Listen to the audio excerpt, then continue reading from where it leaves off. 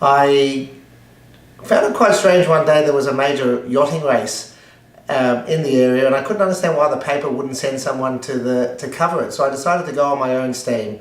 I was standing at the jetty waiting for this press boat, and I don't know if I was in the right place or not, but this guy tapped me on the shoulder and said, "We're one crew member short. Would you like to come and sail?" And I said, "Oh yeah, that'll be fine, as long as I can take my camera." So he took me down to the boat, and he said, "Put your camera downstairs, all your gear," and I kept one around my neck. And he showed me what I needed to do sailing wise, to help winching. And during the yacht race, there was I don't know if you know, but when there is a false start, they have to go back, and when someone breaks the start line. So this happened about 3 times, but on the 4th time, there was a 4-yacht collision, and I happened to be on the boat that caused the collision, and I captured the moment of 4 yachts colliding in Port Phillip Bay. And as it worked out, I went back to the newspaper, The Age, the daily newspaper, and the picture boss said to me, "Well, what have you been up to, Nathan?" And I said, "I've been out covering this yacht race." And he said to me, "Oh, we sent someone over there for a news job." I said, "Why? What happened?" He said, "A boat sunk." And I said, "I think I might have something for you." So back in those days, it was a dark room, black and white film, and I went in and processed my film, and there it was. I had this 32 frame sequence of the whole collision.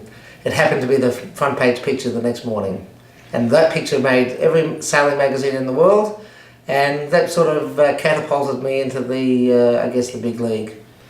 The expectation is the same today, maybe more so today because it's a little bit more competitive.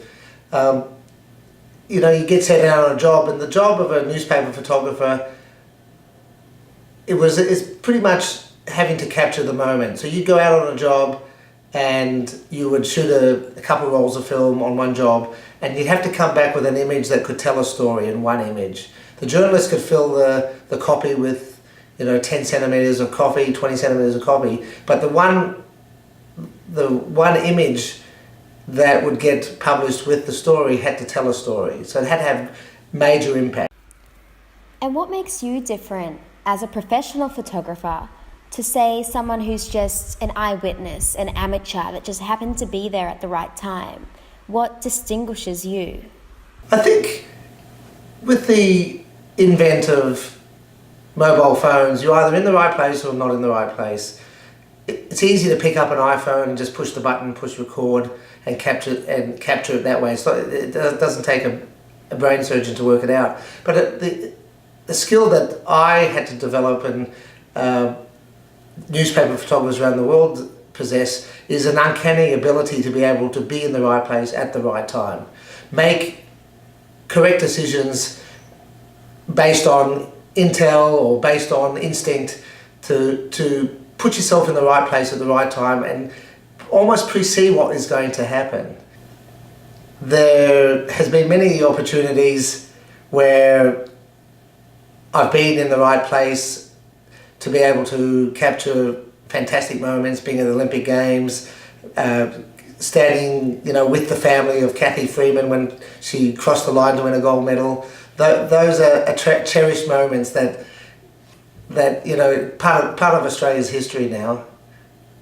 And sadness too, covering death knocks, which is probably the worst job as a photojournalist, having to go and talk to a grieving family about the loss of their child or loved one after tragic circumstances. It moves you, and it's you're there because they're grieving, and they're talking to you because they need to get to have a release as part of their grieving process, and so that they can move on. And it brings you to tears at times, and you just have to not let the emotion take control that you can't do your job, but actually you have to have compassion, otherwise people are not going to open up to you. The job of the journalist and the photographer go hand in hand. It's a team effort. where when there are circumstances that need compassion, that you work as a team, and that you make the grieving people or the subjects feel that they trust you and that they can get their side of the story across.